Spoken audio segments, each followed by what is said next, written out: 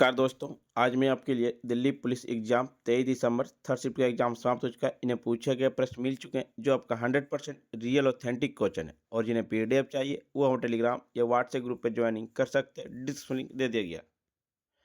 चलिए आज का सेशन हम लोग स्टार्ट करते हैं। पहला प्रश्न है, टिहरी बांध किस राज्य में स्थित है? तो टिहरी बांध भारत का सबसे ऊंचा बांध है जो उत्तराखंड राज्य में स्थित है। ठीक है, भागीरथी और भिलंगंगा नदी के संगम पर बांध का निर्माण किया गया। टिहरी बांध का निर्माण 1978 में शुरू हुआ और 2006 में पूरा किया गया। इसकी स्थापित क्षमता 1000 मेगावाट है। यह बिजली यूपी, उत्तराखंड, पंजाब, हिमाचल प्रदेश, दिल्ली, हरियाणा, जम्मू कश्मीर, चंडीगढ़, राजस्थान को विस्तृत की जाती है। टिहरी बांध एक तटबंध पृथ्वी और रॉकफिल है। यह 1000 मेगावाट की पनबिजली, सिंचाई और नगर पालिका जल की आपूर्ति के लिए जलाशय को बरकरार रखती है। बांध की ऊंचाई 260.5 मीटर, लंबाई 575 मीटर और चौड़ाई 20 मीटर है। भारत का संविधान कब तैयार हुआ? भारत का संविधान 26 नवंबर 1949 को हुआ। संविधान ने 26 नवंबर 1949 को भारतीय संविधान को अपनाया। भारतीय राष्ट्रीय कांग्रेस ने 34 में संविधान सभा की मांग की। भारत के संविधान को आधिकारिक रूप से संविधान सभा द्वारा तैयार किया गया।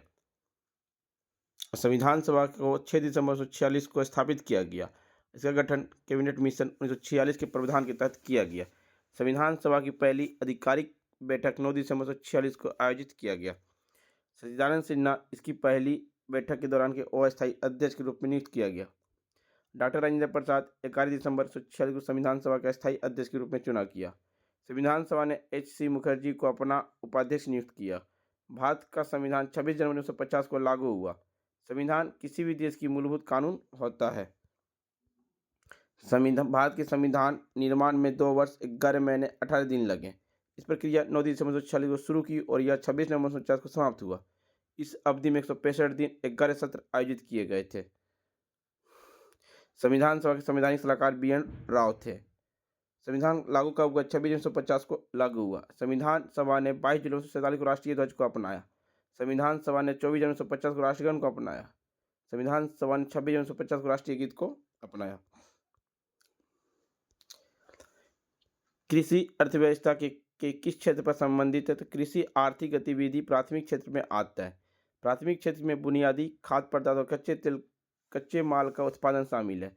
इस क्षेत्र में संबंधित गतिविधियां खनन, वानिकी, कृषि, चराई, खेत शिकार, मत्स्य पालन, उत्खनन करना, एकत्र करना शामिल है। अर्थव्यवस्था के अंत इस क्षेत्र में द्वितीयक, तृतीयक और चतुर्थ शामिल है। भारत का पहला परमाणु परीक्षण कहाँ आयोजित हुआ? तो भारत का पहला परमाणु परीक्षण पोखरण में हुआ था। पोखरण में आयोजित हुआ था। इसका नाम क्या था? स्माइलिंग बुद्धा। श्रीमती इंदिरा गांधी तत्कालीन प्रधानमंत्री थी। भारत का एक सफल परमाणु परीक्षण करने वाला विश्व का 6ठा देश बन गया था।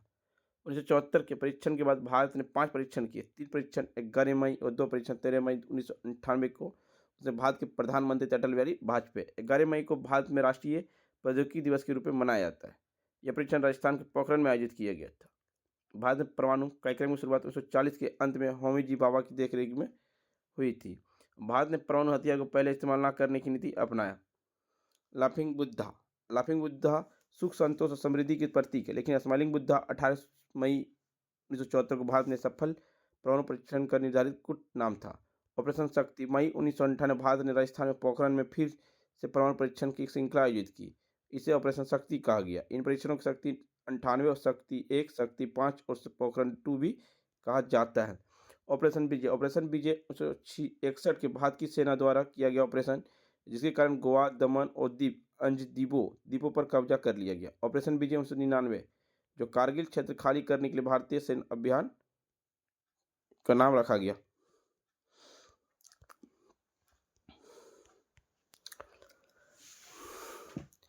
फ्लेमिंगो महोत्सव भारत के किस राज्य में मनाया जाता है? आंध्र प्रदेश में मनाया जाता है। यह हर साल फ्लेमिंगो उत्सव का आयोजन आंध्र प्रदेश के नेल्लोर जिले में स्थित नेलापट्टू पश्चिम अभ्यारण्य के पास पुलिकट झील में पर्यटन को बढ़ावा देने के लिए किया जाता है। यह 3 दिनों का उत्सव है जो सर्दियों के मौसम में आयोजित किया जाता है, जब हजारों प्रवासी पक्षी इस क्षेत्र में आते हैं। इस उत्सव के दौरान कई मनोरंजक और सांस्कृतिक कार्यक्रम आयोजित किए जाते हैं। यह लोगों को जैव विविधता का अध्ययन करने और संरक्षण उपाय को शुरुआत करने का अवसर भी प्रदान करता है। हिमाचल प्रदेश का सबसे बड़ा सौर ऊर्जा संयंत्र किस गांव में स्थापित किया गया? कांगड़ा जिला, इंदौर ब्लॉक में। क्षमता राजा खास 3600 किलोवाट सौर ऊर्जा से स्थापित किया और गांव को 1 करोड़ का अनुदान मिला। दूसरा बड़ा प्रोजेक्ट उन जिले में 163 मेगावाट का एक बड़ा सोलर पावर प्रोजेक्ट शुरू हुआ, जो हिमाचल का सबसे बड़ा प्रोजेक्ट बन सकता है। भारतीय कानून के संदर्भ में बीएसई का पूर्ण रूप का भारतीय सक्षम अधिनियम,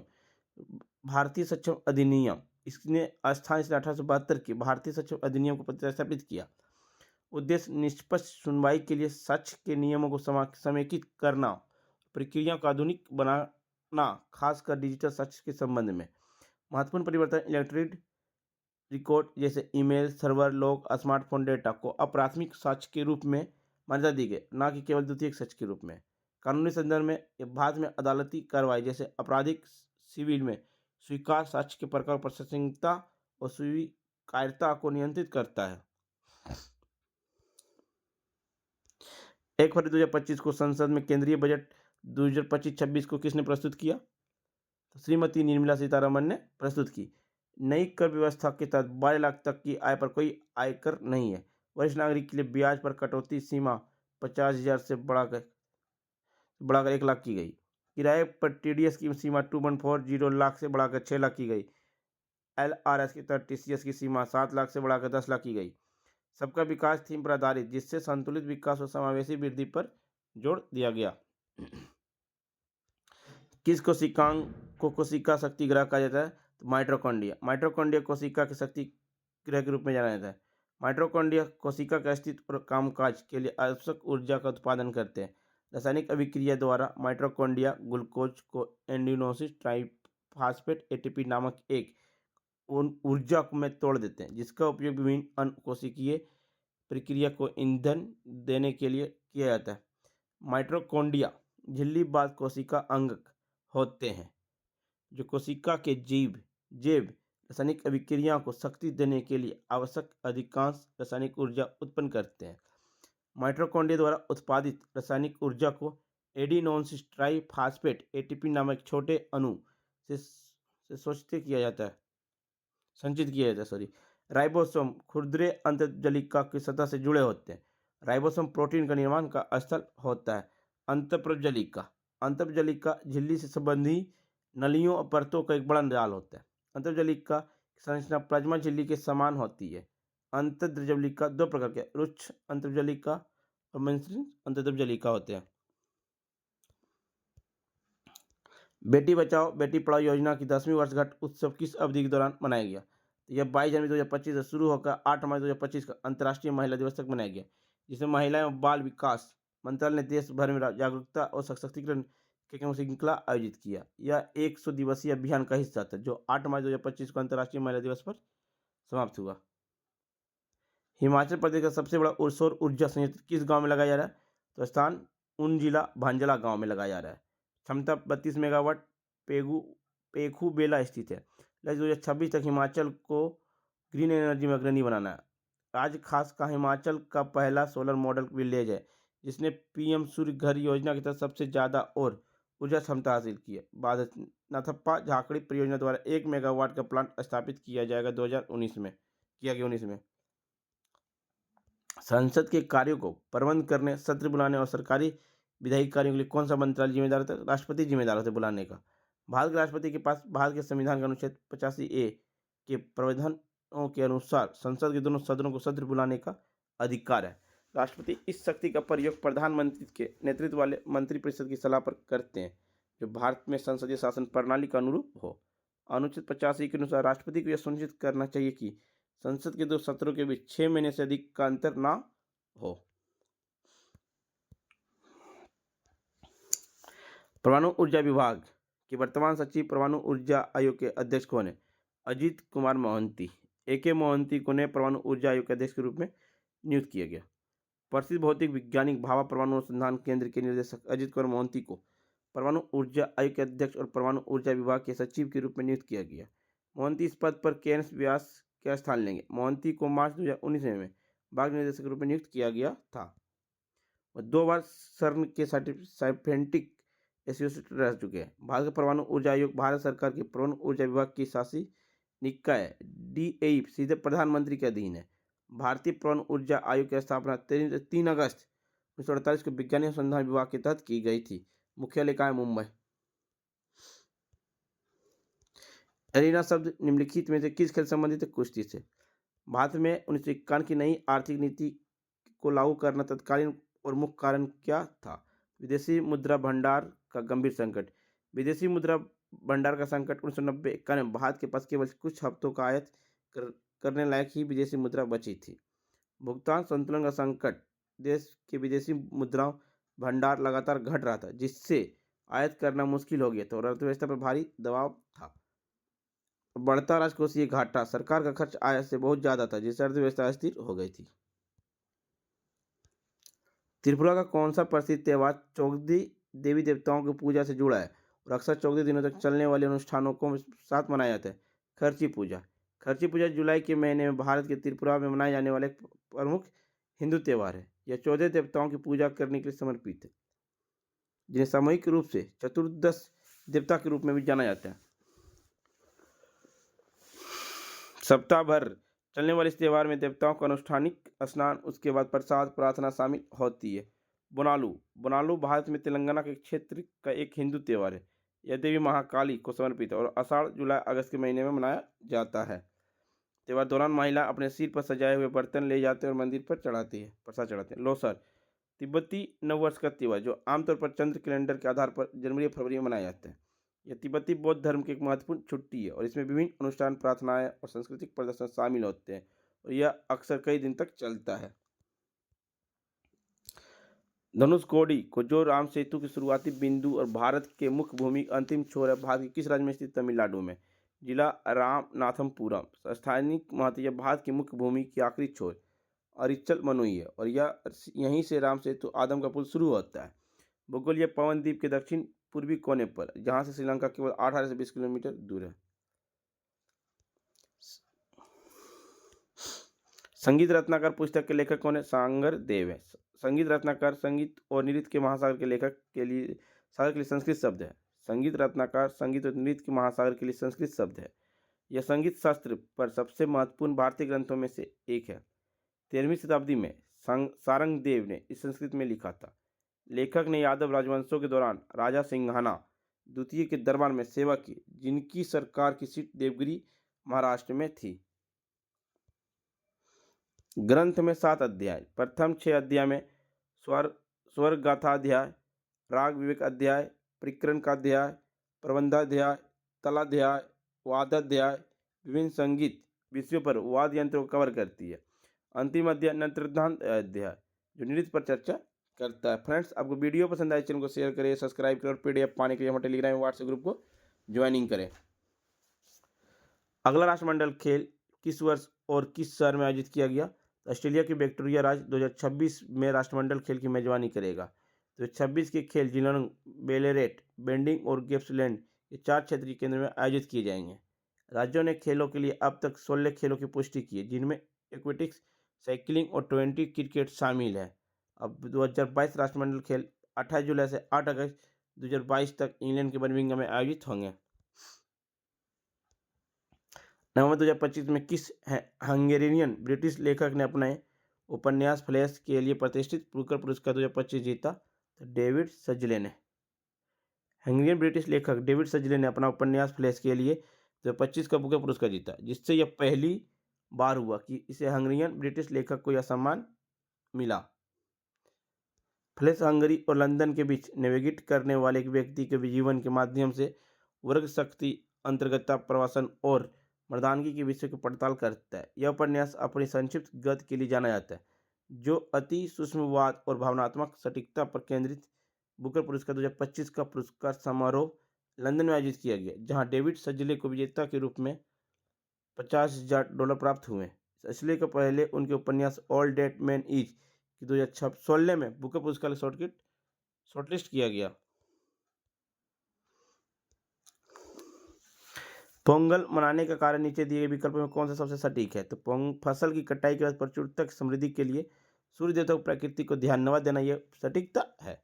शीतकालीन संक्रांति के अंत और सूर्य की उत्तरायण उत्तर की ओर यात्रा की शुरुआत जश्न मनाना, जिसमें वर्षा, खेतिहर पशु और नई शुरुआत के लिए आभार व्यक्त किया जाता है। फसल उत्सव यह तमिलनाडु एक प्रमुख है जो फसल कटाई के त्यौहार में जो नई फसल के आने की खुशी में मनाया जाता है। सूर्य देव की पूजा, सूर्य को जीवन और अन्न का दाता मानकर उनकी आराधना की जाती है, खासकर सूर्य के उत्तरायण होने पर। प्रकृति और मेवासियों को समान वर्षा के देवता इंद्र, खेतिहर पशुहर जैसे बेल प्राकृतिक के अंत तत्वों को समृद्धि के लिए धन्यवाद दिया जाता है। नई शुरुआत, यह त्यौहार ठंड के अंत और नई शुरुआत का प्रतीक है। ये पुरानी चीजों का त्याग कर नई ऊर्जा का स्वागत किया जाता है। पोंगल। हिमाचल प्रदेश का सबसे बड़ा ऊर्जा संयंत्र कहाँ लगाया जा रहा है? हिमाचल प्रदेश का सबसे बड़ा ऊर्जा संयंत्र ऊना जिला के भांजला गांव में लगाया जाए, जिसे मुख्यमंत्री सुखविंदर सिंह सुक्खू ने प्रदेश के सबसे बड़ा सोलर प्लांट बताया। यह बिजली की समस्या दूर करने सहायक होगा, साथ ही राज्य के हरित ऊर्जा लक्ष्य को पूरा करने में महत्वपूर्ण भूमिका निभाएगी। जबकि कांगड़ा के राजा खास को पहला सोलर मॉडल विलेज घोषित किया गया है। हांगझाऊ में आयोजित 2023 के एशियाई खेलों में भारत का अपना पहला स्वर्ण पदक किस खेल में जीता? अब भारत ने अपना पहला स्वर्ण पदक निशानेबाजी खेल में जीता। रुद्रांश बालासाहेब पाटिल, दिव्यांश सिंह पावर और ऐश्वर्य प्रताप सिंह तोमर की पुरुष 10 मीटर एयर राइफल टीम ने यह उपलब्धि हासिल की, साथ ही एक नया विश्व रिकॉर्ड भी बनाया। पृथ्वी की सतह से ऊपर और वायुमंडल की परतों का क्रम किस प्रकार? सममंडल, समताप मंडल, मध्यमंडल, तापमान मंडल। पृथ्वी के वायुमंडल में परत की एक श्रृंखला है और प्रत्येक की अपनी अनूठी विशेषता है। जमीनी स्तर से दूर जाने पर इन स्तरों को सौरमंडल, समताप मंडल, मध्यमंडल, तापमान मंडल, भारमंडल कहा जाता है। भारमंडल अंतर्ग्रहों के बीच अंतरिक्ष क्षेत्र में मिल जाता है। सौरमंडल यह हमारे वायुमंडल की सबसे निचली परत है। जमीनी स्तर पर शुरू होकर यह समुद्र तल से लगभग 10 किलोमीटर तक फैला है। समताप मंडल यह सौरमंडल के सिरे से पृथ्वी से लगभग 50 किलोमीटर ऊपर तक फैला है। ओजोन को लोग प्रसिद्ध पर समताप मंडल के अंदर निहित है। मध्यमंडल यह हमारे पृथ्वी से लगभग 85 किलोमीटर की ऊंचाई तक पहुंचता है। मध्यमंडल के ऊपर हवा की एक बहुत ही असमान परत को समताप मंडल कहा जाता है। सूर्य से उच्च ऊर्जा एक्सरे और यूवी विकिरण तापमंडल में अवशोषित होते हैं, जिससे यहाँ का तापमान सैकड़ों हजारों डिग्री तक बढ़ जाता है। भारमंडल यह पृथ्वी वायुमंडल की सबसे ऊपरी परत है। यह लगभग 500 किलोमीटर की ऊंचाई से शुरू होता है और लगभग 10,000 किलोमीटर तक जाता है। आयनमंडल यह पृथ्वी के ऊपरी वायुमंडल का आयनित घटक है, जो लगभग 48 किलोमीटर से 265 किलोमीटर की ऊंचाई के बीच एक क्षेत्र है, जो तापमंडल और भारमंडल के भागों और बाहरी भाग को आच्छादित करता है। 1991 नीति के बाद भारतीय अर्थव्यवस्था में क्या प्रमुख बदलाव हुआ? 1991 के आर्थिक सुधार अर्थव्यवस्था का अधिक बाजार सेवा उन्मुख बनाने, निजी और विदेशी निवेशों की भूमिका का विस्तार करने का लक्ष्य के साथ देश की आर्थिक नीतियों और आर्थिक उदारीकरण को संदर्भित करता है। यह 20वीं सदी के अंत में दुनिया भर में होने वाले आर्थिक उदारीकरण आधुनिकीकरण एक समान पैटर्न का हिस्सा है। 1991 सुधार में उच्च विकास, घटती गरीबी, एक बढ़ते महत्वाकांक्षा मध्यम वर्ग और वैश्विक मंच पर एक सीट की वास्तविकता संभावना का नव युग की शुरुआत की गई। 21वीं सदी के पहले दशक तक भारत के सबसे तेजी से बढ़ते उभरते बाजारों में से एक के रूप में देखा जाने लगा। 1991 सुधार ने भारतीय उद्यमियों को उजागर किया, उपभोक्ताओं के अनकहे विकल्प और भारतीय अर्थव्यवस्था का चेहरा बदल दिया। गरीबी बढ़ने की बात तो दूर, पहली बार इसमें काफ़ी कमी आई। 1992-2005 तक विदेशी निवेश 316.9% की वृद्धि हुई और भारत की जीडीपी 1991 से 266 बिलियन डॉलर से बढ़कर 2018 में 2.3 ट्रिलियन डॉलर हो गई। भारतीय संविधान के किस अनुसूची में संघ सूची, राज्य सूची, समवर्ती सूची का विवरण दिया गया? तो 7वीं अनुसूची में दिया गया। भारत के संविधान की 7वीं अनुसूची राज्य और संघ के बीच शक्तियों को और कार्यों को बटनों को परिभाषित और निर्दिष्ट किया करती है। अनुसूचियों में 3 सूचियां, संघ सूची, राज्य सूची, समवर्ती सूची। संघ सूची में मूल रूप से 97 विषय थे, अब इसमें 100 विषय। इस सूची में वर्णित विषयों पर कानून बनाने के लिए केंद्र के पास विशेष अधिकार है। राज्य सूची में अभी 61 विषय हैं, इसमें शुरुआत में 66 थे। राज्य विधानसभा इस सूची में वर्णित विषयों पर कानून बना सकती है। समवर्ती सूची में 52 विषय शामिल, दोनों राज्य केंद्र और इस सूची में उल्लिखित कानून बना सकते हैं। सूरज की रोशनी कैसे धरती पर आती? विद्युत चुंबकीय तरंगे। ग्रह अन्य वस्तु सूर्य के चारों घूमती है और केंद्र पर सूर्य के साथ सौरमंडल बनाती है। सौरमंडल में निम्न वस्तुओं अलग अलग प्रकार के शामिल होते हैं। एक तार सूर्य ग्रह जो सूर्य के चारों ओर घूमता है, उपग्रह जो ग्रह के चारों ओर घूमता है। सूर्य के बारे रोचक, सूर्य पृथ्वी से 109 गुना बड़ा है, जो 2 × 1027 टन वजन का है। सूर्य के केंद्र में लगभग 15 मिलियन डिग्री सी का तापमान होता है। सूर्य प्रकाश को पृथ्वी तक पहुंचाने में 8 मिनट 16.6 सेकंड लगते हैं। सूर्य घनत्व पृथ्वी घनत्व 1/4 होता है। इस संगठन में 71% हाइड्रोजन और 26.5 हीलियम % हीलियम पाया जाता है। सूर्य पृथ्वी से लगभग 150 मिलियन किलोमीटर दूरी पर है।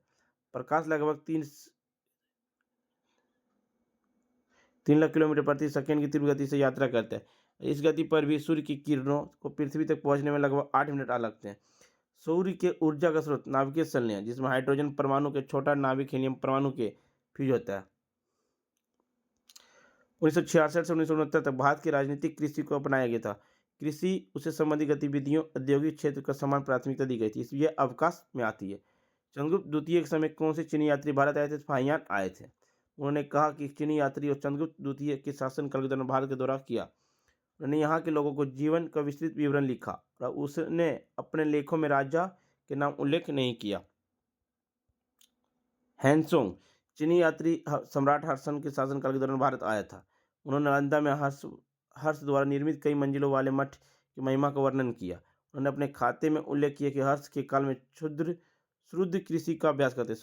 उन्होंने अपने खाते में इलाहाबाद में आयोजित सम्मेलन का भी उल्लेख किया, जिसे प्रयाग के नाम से भी जाना जाता है। मेसिंग वे 7वीं सदी के बौद्ध चीनी यात्री अनुवादक हैं। उन्होंने 7वीं सदी के दौरान भारत आने वाले 60 चीनी तीर्थ यात्री के जीवन का लिखा। गुप्त वंश संस्थापक श्री गुप्त थे। वह घटोत्कच द्वारा सफल हुआ। इन दोनों का महाराज कहा जाता था। अगला शासक चंद्रगुप्त प्रथम और वह सबसे पहले महाधिराज कहलाया। चंद्रगुप्त में लगभग 330 ईस्वी में समुद्रगुप्त द्वारा सफल, उन्होंने लगभग 50 वर्ष तक शासन किया। गुप्त राजाओं के शासन के दौरान कुछ प्रसिद्ध घटनाएं। प्रसिद्ध चीनी यात्री फाहियान चंद्रगुप्त द्वितीय के शासनकाल के दौरान भारत आए थे। बाद में अपने 9 वर्ष के प्रवास में उन्हें चंद्रगुप्त साम्राज्य में 6 वर्ष बिताए। चंद्रगुप्त द्वितीय ने पश्चिमी भारत के शक क्षत्रपों के खिलाफ युद्ध छेड़ा और शक क्षत्रपों के अंतिम शासक रुद्र सिंह तृतीय को पराजित किया, गद्दी से उतारकर मार दिया। पश्चिमी मालवा और कठिवाड़ा प्रायद्वीपीय में उसके क्षेत्र को गुप्त साम्राज्य को मिला लिया। कुमार गुप्त ने नालंदा विश्वविद्यालय की नींव रखी। भारतीय संविधान अनुच्छेद 17 में क्या अस्पृश्यता का उन्मूलन है? भारतीय संविधान अनुच्छेद अस्पृश्यता का उन्मूलन करता है, किसी भी रूप में इसके अभ्यास पर रोक लगाते हैं। भारतीय संसद से 55 अस्पृश्यता का अधिनियम पारित किया गया। अनुच्छेद 17 में संविधान सभा द्वारा महात्मा गांधी के जय के नारे के साथ अपनाया गया था। अस्पृश्यता शब्द को संविधान या अधिनियम को परिभाषित नहीं किया गया है। भारतीय संविधान में अनुच्छेद 12 से 35 के मौलिक अधिकार को 6 श्रेणियों में अंतर्गत किया गया। संतक अधिकार अनुच्छेद 19 से 22, समानता अधिकार 14 से 18, शोषण के विरोध अधिकार 23-24, धार्मिक संतक अधिकार अनुच्छेद 25 से 28, सांस्कृतिक और शैक्षिक अधिकार अनुच्छेद 29-30, संवैधानिक उपचार का अधिकार अनुच्छेद 32 है। अनुच्छेद 14 में कानून की समानता, अनुच्छेद 15 में धर्म, मूल जाति, लिंग या जन्म स्थान के आधार पर भेदभाव का निषेध, अनुच्छेद 16 में सार्वजनिक रोजगार के मामले में अवसर की समानता, अनुच्छेद 17 में अस्पृश्यता का अंत, 18 में उपाधियों का उन्मूलन, 19 में भाषण की स्वतंत्रता आदि संबंधित कुछ अधिकार संरक्षण। अनुच्छेद 20 और 21 भारतीय संविधान के 2 अनुच्छेद मौलिक अधिकार जो अनुच्छेद 369 के तहत राष्ट्रीय आपातकाल के दौरान निलंबित नहीं होगा। अनुच्छेद 20 अपराधों के 2 सीधी संबंध सुरक्षा प्रदान। अनुच्छेद 21 जीवन का अधिकार, व्यक्ति का सम्मान के साथ मरने का अधिकार। अनुच्छेद 21A में 6 से 14 वर्ष के बच्चे को निःशुल्क शिक्षा प्रदान। राष्ट्रपति किस अनुच्छेद के तहत भंग कर सकता है लोकसभा का? अनुच्छेद 85B। भारत के राष्ट्रपति को लोकसभा को भंग करने का अधिकार है। यह अधिकार भारत के संविधान के अनुच्छेद 85 से प्राप्त है। लोकसभा भारत की संसद का निचला सदन है। राज्यसभा ऊपरी सदन एक अस्थायी निकाय से भंग नहीं किया जा सकता है। लोकसभा के विघटन से सदन के पुनर्गठन के लिए आम चुनाव होते हैं। राष्ट्रपति आमतौर पर प्रधानमंत्री की सलाह पर लोकसभा भंग करते हैं। मोहनजोदड़ो की विशाल स्नानागार कैसे आयताकार है? मोहनजोदड़ो का विशाल स्नानागार ईंटों से बनाया गया। मोहनजोदड़ो का विशाल स्नानागार स्थापना 1920 में हुई थी। इस स्नानागार का 897 वर्ग फुट है। मोहनजोदड़ो का महान स्नानागार प्राचीन सिंधु घाटी सभ्यता के स्थल पर पाई जाने वाली सबसे प्रसिद्ध संरचनाओं में से एक है। यह दुर्ग क्षेत्र में स्थित एक बड़ा आयताकार टैंक है जो इसके अनुष्ठानिक औपचारिक उद्देश्य के लिए महत्व का सुझाव देता है। टैंक की लंबाई लगभग 12 मीटर लंबा, 7 मीटर चौड़ा और 2.4 मीटर गहरा है। यह संरचना बारीकी ईंटों से बनी और इसमें पानी तक जाने की सीढ़ियों का एक श्रृंखला है। हेमिस महोत्सव किस राज्य में मनाया जाता है? लद्दाख में। हेमिस महोत्सव लद्दाख के सबसे महत्वपूर्ण बौद्ध समारोह में से एक है। यह महोत्सव पर व्यक्ति स्वयं मुकुटा पहनकर नृत्य गायन करते हैं। लमाज द्वारा किया जाने वाला अनूठा मुकुटा नृत्य हेमिस महोत्सव का मुख्य आकर्षक करता है। उत्तर प्रदेश राज्य में कौन सा क्लासिकल डांस होता है? कथक। कथककार या कहानीकार वे लोग हैं जो माँ कहा मिथकों किंवदंतियों को पखड़ने पर आधारित कहानियाँ सुनते हैं।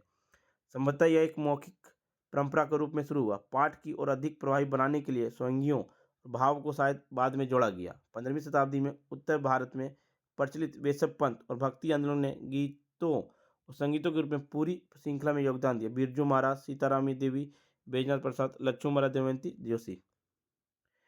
चेस में बिशन उठ कैसे चलता तिरछी। घोड़ा शतरंज में घोड़ा को नाइट के रूप में जाना जाता है। नाइट एल आकार में चलता है और अन्य खाकों पर कूद सकता है।